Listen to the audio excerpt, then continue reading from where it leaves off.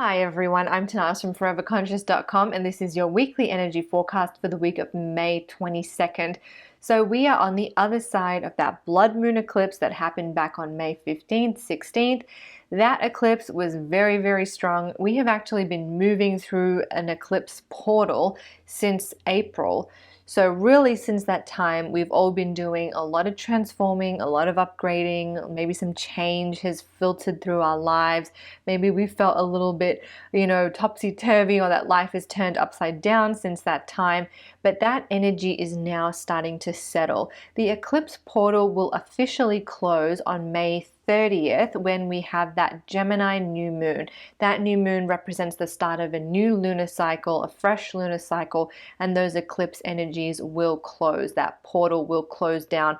Eclipses are definitely strong, and we can feel them for even a month after they have, peaked. However, with that portal closed on May 30th, we are then just sort of dealing with the energy that's already been filtered into our collective consciousness. No new energy is coming from that portal. So that ease is on the way. And this week, something that I really suggest that you focus on is sort of taking it slow, taking it easy, taking a couple of steps back, especially if you have had a lot of change or healing or, things moving up and down in your life. This week, the message from what I'm seeing and feeling in the cosmic skies is to just pause, to slow down, to not push yourself or pressure yourself to rush ahead or try to make sense of things just yet. Just take a couple of back steps and be patient, move slowly. And part of why I'm feeling that, I'm sure, is because we have Mercury in retrograde still, and seeing as it's Gemini season, and we have this Gemini new moon coming up next week. And Gemini's ruling planet is Mercury, there's just a little extra emphasis on Mercury energy at the moment. So with Mercury moving retrograde, which is definitely a more internal reflective energy, we're just being encouraged to sort of use that a little bit more, to go within, to be in a more reflective state rather than wanting to rush ahead. And the other reason that I say that is we have strong Aries energy happening this week. And Aries energy is all about go, go, go, move, move, move, do, do, do. And so that impulse might be there, and I want you to follow and listen to your own instincts and your own impulses, but just be mindful of rushing ahead or thinking that you need to do something because, oh, all this change has happened and I've got to fix things, or I've got to get on top of things. Just be mindful of any forcing, pushing, or pressure that you're putting on yourself. If you find yourself saying, I should be doing this or I could be doing that, just, take a couple of steps back. Try to pause. Try to find the space between the thoughts, coming back to your breath, being present, because that fiery Aries energy can sometimes make us a bit impulsive. And with all of this, changing, transforming energy and a little bit of that mental fogginess that Mercury retrograde can bring, we just want to make sure that we're making choices, we're making decisions, we're making actions, we're having conversations from a place of still alignment rather than a lack, a scarcity, a pressured mindset. So Mars is going to move into Aries at the end of this week and also align with Jupiter. And this is an energy we'll be feeling actually for the next couple of weeks. Mars and Jupiter will be together in Aries, and this is a really motivating energy. And this will kick into gear, especially under that May new moon, which is coming up on May 30th. It technically does fall next week, so I'll touch more on it next week, but I just want to give a little shout out to that energy. After that new moon, we'll really be able to tap into that sort of being able to move forward, having that motivation.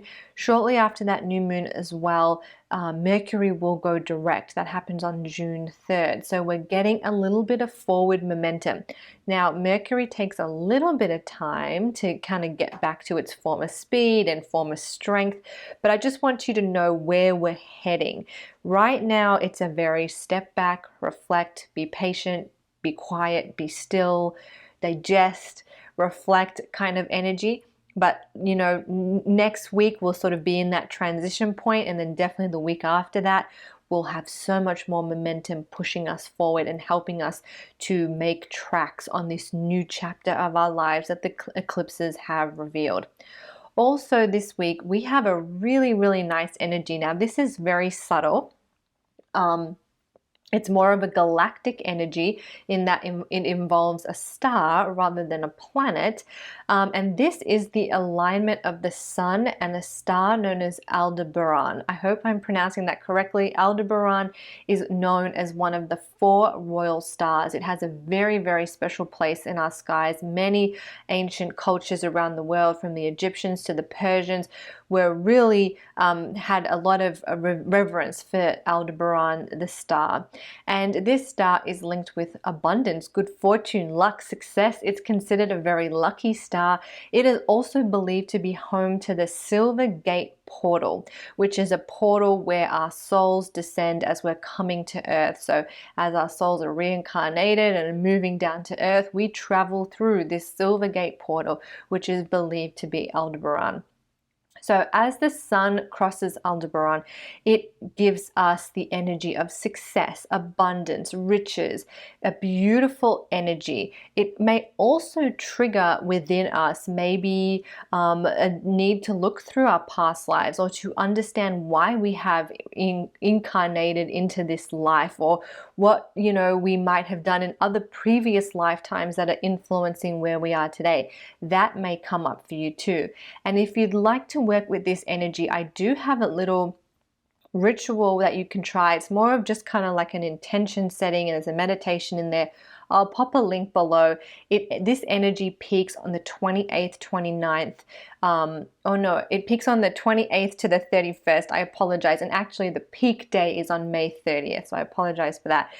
May 30th is when that day peaks, which just happens to also be the new moon. So a really, really nice energy. It is subtle, but you can set those intentions to tune into it. So just to kind of recap, because I feel like that maybe was a little all over the place, I'm feeling the mental fogginess from this Mercury retrograde for sure. So at the start of this week, we are coming down from that eclipse energy. I want you to take it slow, be patient, take a couple of steps back.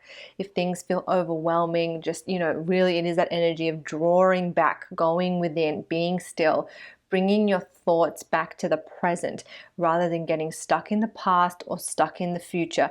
Just trying to align in the here and the now.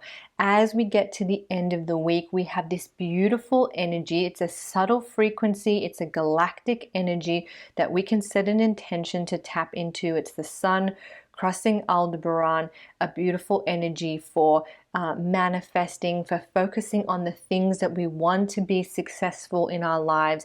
It's a star that's synonymous with protection as well. So if we want some, energetic protection, we can also tap into the energy for that.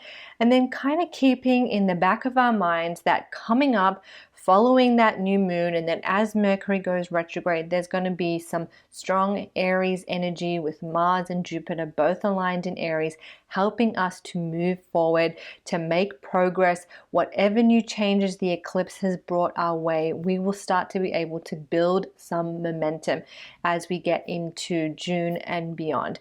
So I hope that's helpful, kind of a little wrap up of this week and then also where we're heading.